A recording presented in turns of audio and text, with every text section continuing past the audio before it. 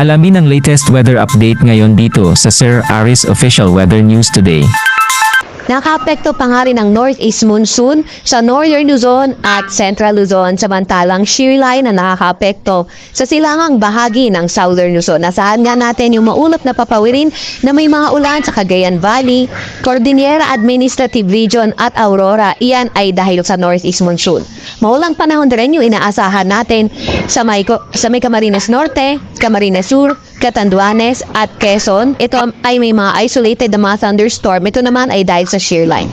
Mas magandang panahon sa nalalabing bahagi ng ating bansa kung saan sa nalalabing bahagi ng Central Luzon at Ilocos Region may mga tsansa na may hinang pagulan at sa Metro Manila at nalalabing bahagi ng ating bansa may mga tsansa naman na mga localized thunderstorms. Sa kasalukuyan wala pa naman tayong namomonitor na low pressure area or bagyo sa loob or malapit sa ating Philippine Area of Responsibility. Para naman sa lagay na ating panahon bukas, asahan pa nga rin natin itong northeast monsoon na magdadala ng mga paulan sa silahang bahagi ng northern at central Luzon, particularly na sa Cagayan Valley at Aurora. Shear line naman na magpapaulan sa silahang bahagi ng southern Luzon, particular na sa Bicol Region, pati na rin sa Quezon. Sa nalalabing bahagi ng Luzon, asahan naman natin yung mas magandang panahon at dahil nga sa epekto ng northeast monsoon, may hinang pagulan yung ating inaasahan. Agwat ang temperatura bukas sa Metro Manila ay 22 to 30 degrees Celsius. 15 to 22 degrees Celsius sa may Baguio, 22 to 29 degrees Celsius sa may Tagaytay at 20 to 25 degrees Celsius sa may Tugigaraw. Agwat naman ang temperatura bukas sa Puerto Princesa at Calayan Islands ay 24 to 30 degrees Celsius. Para naman sa lagay ng panahon bukas sa may Visayas at Mindanao, inaasahan natin sa may silahang bahagi nga ng Visayas, shear line pa rin yung magdadala ng mga paulan. Sa nalalabing bahagi ng Visayas at Mindanao, mas magandang panahon pero may mga tsansa pa rin tayo ng mga localized thunderstorms.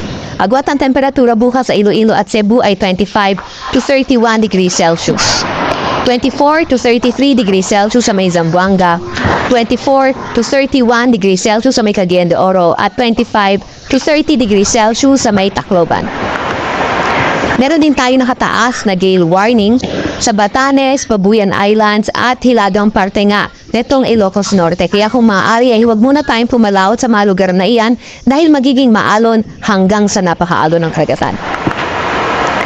Para naman sa 3-day weather outlook na mga pangunahing syudad natin, inaasahan nga natin sa Metro Manila at Baguio City ay posibleng malakas pa rin yung epekto ng hamihan sa malaking bahagi ng Luzon, kaya light rain lang yung inaasahan natin at fair weather conditions. Although sa Legazpi City, pati na rin sa may silahang bahagi ng Southern Luzon, posible pa rin makaranas ng maulang panahon, ito naman ay dahil sa shear line. Para naman sa mga pangunahing syudad sa may Visayas, inaasahan nga natin sa may Tacloban, epekto ng shear line. Di lang sa Tacloban, pwede rin sa Eastern Visayas na makaapekto itong shear line, kaya asahan natin na magiging maulan sa mga lugar nila. Metro Cebu at Iloilo City, mas magandang panahon kung saan may mga tsansa lang na mga localized thunderstorms. Para naman sa 3-day weather outlook na mga pangunahing syudad sa Mindanao, Metro Davao, Cagayan de Oro, at Zamboanga City, inaasahan nga natin yung mas magandang panahon sa area nila. Wala naman tayo nakikita mga pangmalawakan at pangmatagalan na cause na mga pagulan, kaya mga tsansa lang na mga localized thunderstorms sa ating kailangang bantayan. Metro Davao, 33 degrees Celsius ang pinakamataas na temperatura, 24 to 32 degrees Celsius sa may Cagayan de Oro City at 24 to 33 degrees Celsius sa may Zamboanga City. Sa Kanakhang, Maynila, ang araw ay lulubog ng 5:42 ng hapon at sisikat bukas ng 6:23 ng umaga.